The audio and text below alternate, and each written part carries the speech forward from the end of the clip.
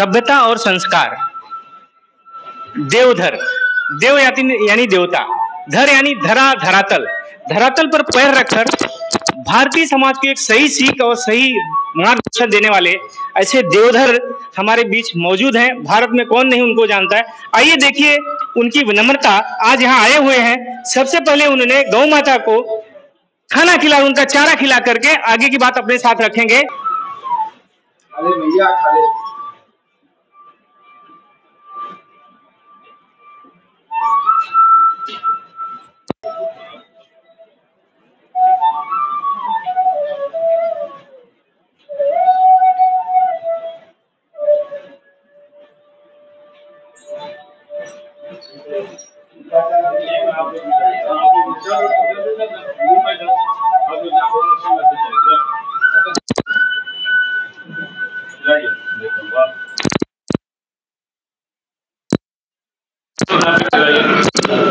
अरे मैं साथ में इनको लगा तो साथ में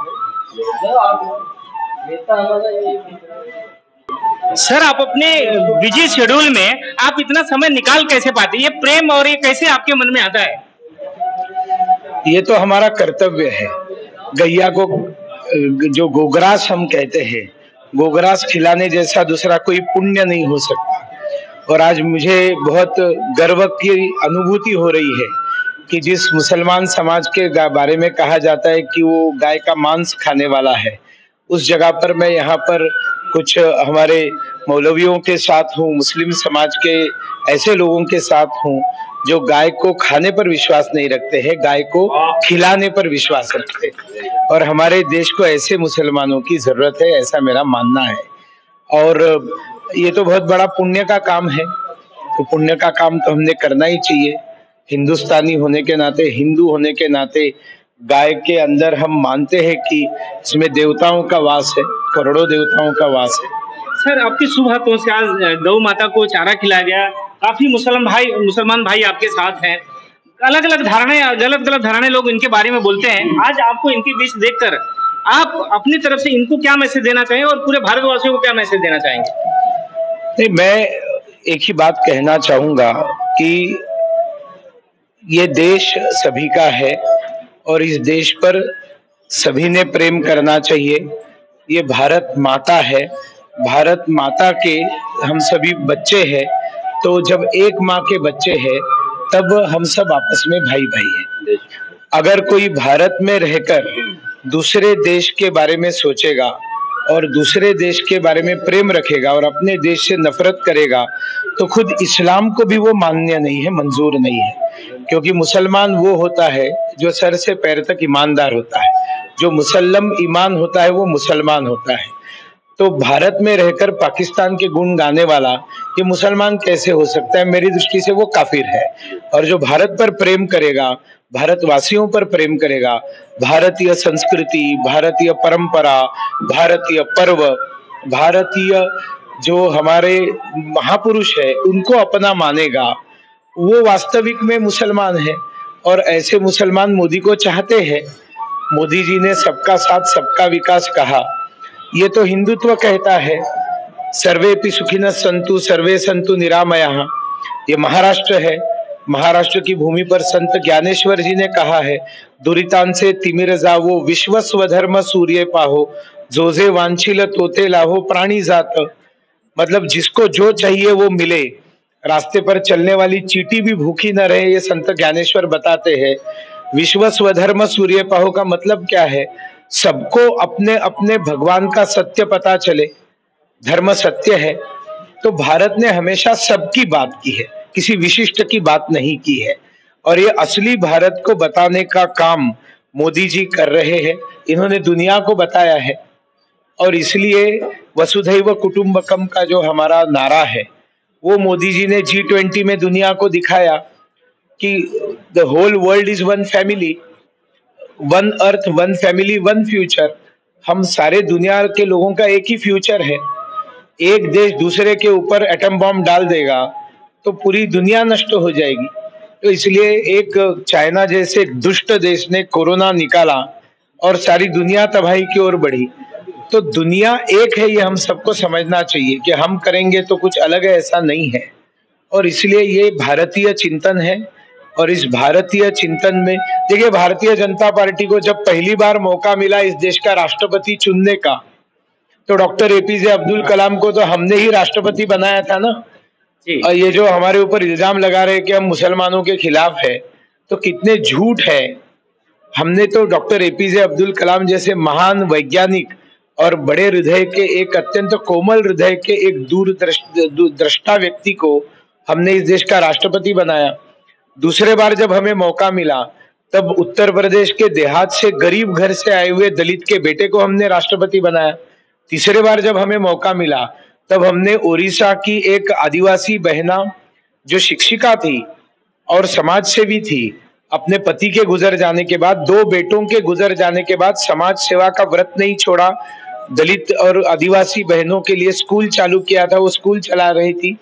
ऐसी श्रीमती द्रौपदी मुर्मू को उन्होंने राष्ट्रपति बनाया। तो ये सब जो बेबुनियाद आरोप राहुल गांधी और घमंडिया लोग लगाते हैं, मोदी को बदनाम करने की कोशिश करते हैं, मोदी को बदनाम करने के चक्कर में भारत को बदनाम करते हैं, ये भी उनको समझ में नहीं आता है। लेकिन जनता समझ गई है और जनता मोदी के साथ है, और 400 पार करके मोदी जी को फिर एक बार वो प्रधानमंत्री बनाने वाली है। और इस बार जो शांति प्रिय मुसलमान है, जो विकास प्रिय मुसलमान है, जो इस देश को बड़ा बनना देखना चाहते हैं, मुसलमानों की गरीबी खत्म करना चाहते हैं, अशिक्षा खत्म करना चाहते हैं, अत्याचार खत्म करना चाहते हैं, ऐसे जो मुसलमान है, समझदार मुसलमान है, वो मोदी के साथ है। और इनकी मात्रा अब लाखों में है, ये राहुल गांधी को समझ में आना चाहिए। अभी समझ में नहीं आया तो 4 जून को जरूर समझ में आएगा। सर, इनका कहना है कि जो एनआरसी वगैरह निकाल कर इनकी नागरिकता खत्म कर देंगे, ऐसी कुछ धारणाएं गलत जा रहे हैं, इसलिए मुस्लिम भाई थोड़ा सा ये हो रहे हैं, ऐसा थोड़ा सा असमझ जैसी परिस्थिति में आ गए। उनके लिए क्या कहना चाहेंगे आप? CAA जो है, ये किसी की नागरिकता निकालने का कानून ही नहीं है, किसी को नागरिकता देने का कानून है। तो इसलिए ये झूठ का पुलिंदा है। अब इसे हिंदू भी समझ गए, मुसलमान भी समझ गए, और सब लोग भारतीय के नाते वोट करेंगे, मोदी को वोट करेंगे और घमंडियाओं पर चोट करेंगे। तो ये थे देवधर जी, जिन्होंने अपने विचार एकदम खुले मन से रख दिया, और जो भी मुसलमान भाइयों को गलत मैसेज देकर उनको बरगलाने की कोशिश करते हैं, उनके ध्यान को आकर्षित करके उनको सही मैसेज देने का काम किया। कुमार जी आए, देवधर जी आए, और यहाँ अल्पसंख्यक समाज के मुंबई अध्यक्ष वसीम जी ने जो ये प्रोग्राम ऑर्गेनाइज किया, लोगों को एक अच्छा संदेश देने की बात रखी, जिसमें उन्होंने अपने भी बारे में बताया कि एक बहुत ही नेक दिल इंसान है और लोगों के सही मैसेज देना चाहते हैं। आप क्या कहना चाहिए, प्रोग्राम रखने के आपके पीछे मंशा क्या थी? देखिए, हमारी पूजा पद्धति जरूर अलग हो सकती है, लेकिन हमारी संस्कृति एक है, हमारी संस्कृति भारतीय है। इसीलिए कहा गया है कि एक भारत श्रेष्ठ भारत, और हमारी अनेकता में ही एकता है। इसीलिए हिंदुस्तान का सेकुलरिज्म जो है, हिंदुस्तान की जो वो तहजीब है, वो पूरी दुनिया में मशहूर है और पूरी दुनिया उसका लोहा मानती है। हमेशा जब भी कभी नाजुक वक्त आता है, हम लोग ऐसे सभी समाज के लोग एक साथ बैठकर चर्चा करते हैं कि कैसे हमारे हिंदुस्तान को, हमारी एकता अखंडता को, हमारी गंगा जमुनी तहजीब को कैसे मजबूत बनाया जाए। और आज इसी संदर्भ में एक बहुत बेहतरीन बैठक का आयोजन हुआ, जिसमें मुंबई के और आसपास के बहुत ही मशहूर और मारूफ, अपने समाज में एक ताकत रखने वाले, अपने समाज में पहचान रखने वाले ऐसे बहुत बड़ी संख्या में लोग आए, और उनको संबोधित करने के लिए बहुत ही जो अच्छे वक्ता माने जाते हैं, जिनका वक्तव्य पूरी दुनिया में मशहूर है, जिन्होंने एकता अखंडता के लिए बहुत काम किया, ऐसे माननीय इंद्रेश कुमार जी हमारे बीच में आए। और दूसरे बहुत ही बड़े वक्ता जो अपनी वाणी से 2-2, 3-3 घंटे लाखों की भीड़ को जमाए रखते हैं, ऐसे हमारे बीच में सुनील देवधर आए। और डॉक्टर जो हमारे एडवोकेट अनिकेत निकम जी हैं, जो यहाँ के अभी जो चुनाव लड़ रहे हैं और बहुत ही मशहूर हिंदुस्तान के वकील जिन्होंने न जाने कितने आतंकवादियों का खात्मा किया, न जाने कितने आतंकवादियों को उनकी मंजिल तक पहुंचाया, उनको फांसी दिलवाया, ऐसे उज्जवल निकम जी के साहबजादे, उनके पुत्र, वो भी जो उभरता हुआ सितारा है, आजकल उनके भाषणों के या उनका जो वाणी है या उनका जो अंदाज है वो आज बहुत तेजी से युवाओं के बीच में प्रचलित हो रहे हैं। आज वो भी आए और उन्होंने तीनों ने बहुत अच्छे से सभी लोगों को से संवाद किया और हमारी एकता अखंडता को कैसे मजबूत किया जाए इस पर बल दिया। हम भले किसी भी मजहब में हो, हम भले ही काले हों, गोरे हों, नॉर्थ के हों, वेस्ट के हों, ईस्ट के हों, सब अपनी जगह पे है, लेकिन जहां भारत के विकास की बात आए, जहां भारत की तरक्की की बात आए, जहां हमारी एकता अखंडता की बात आए, वहां हमें एक रहना पड़ेगा, क्योंकि हिंदुस्तान अगर जो रहेगा तब हम सब लोग रहेंगे। हमारा हिंदुस्तान आबाद रहे, हमारा हिंदुस्तान इसी तरह से विकास करता रहे, यही यहाँ पर मौजूद सभी लोगों की मंशा है। और हिंदुस्तान का मुसलमान, जो राष्ट्रवादी मुसलमान है, वो हिंदुस्तान की तरक्की को ही देखना चाहता है, हिंदुस्तान को विकास की तरफ ले जाना चाहता है, हिंदुस्तान को विकास, हिंदुस्तान का जलवा पूरे दुनिया में देखना चाहता है। और ये अगर जो मुमकिन हो पाया है, किसी के दौरे हुकूमत में मुमकिन हो पाया है, तो एकमात्र जो व्यक्ति है, जो शख्स नहीं वो शख्सियत है, ऐसे हमारे नरेंद्र मोदी जी हैं, जो हमारे हिंदुस्तान को ऊंचाइयों पर ले जा रहे हैं। उन्होंने कभी भी हिंदू या मुसलमान की बात नहीं की, उन्होंने हमेशा 140 करोड़ हिंदुस्तानियों की बात की है। पहला ऐसा हिंदुस्तान का प्राइम मिनिस्टर ऐसे पहले हुए हैं जो सबका साथ, सबका विकास, सबका विश्वास के संकल्प के साथ आगे बढ़ रहे हैं। उन्होंने अच्छी सड़कें दी तो आज उस पर सभी समाज के लोग चल रहे हैं, सभी धर्म के लोग चल रहे हैं। अगर जो उन्होंने आयुष्मान कार्ड दिया तो उसमें मुसलमान भाइयों ने बहुत बड़े पैमाने पर उसका फायदा लिया। और मुझे लगता है जिस तरह से पिछले 10 वर्षों में नरेंद्र मोदी जी ने विकास की गंगा बहाई है, उसको देखते हुए हिंदुस्तान का मुसलमान पूरी तरीके से भारतीय जनता पार्टी के साथ खड़ा है, पूरी तरीके से हिंदुस्तान के वजीर आजम प्रधानमंत्री को तीसरी बार प्रधानमंत्री बनाने के लिए मेहनत कर रहा है। और मुझे लगता है इस बार जो मोदी जी प्रचंड बहुमत में आकर हिंदुस्तान के तीसरी बार प्रधानमंत्री बनेंगे, उसमें अगर सबसे बड़ा योगदान होगा और वो होगा मुस्लिम समाज का, और तभी हम 400 पार हम लोग पार कर पाएंगे। पूरी है ना खाई है मोदी, पूरी है ना खाई है, मोदी हमारे भाई है। अब की बार 400 पार, अब की बार 400 पार।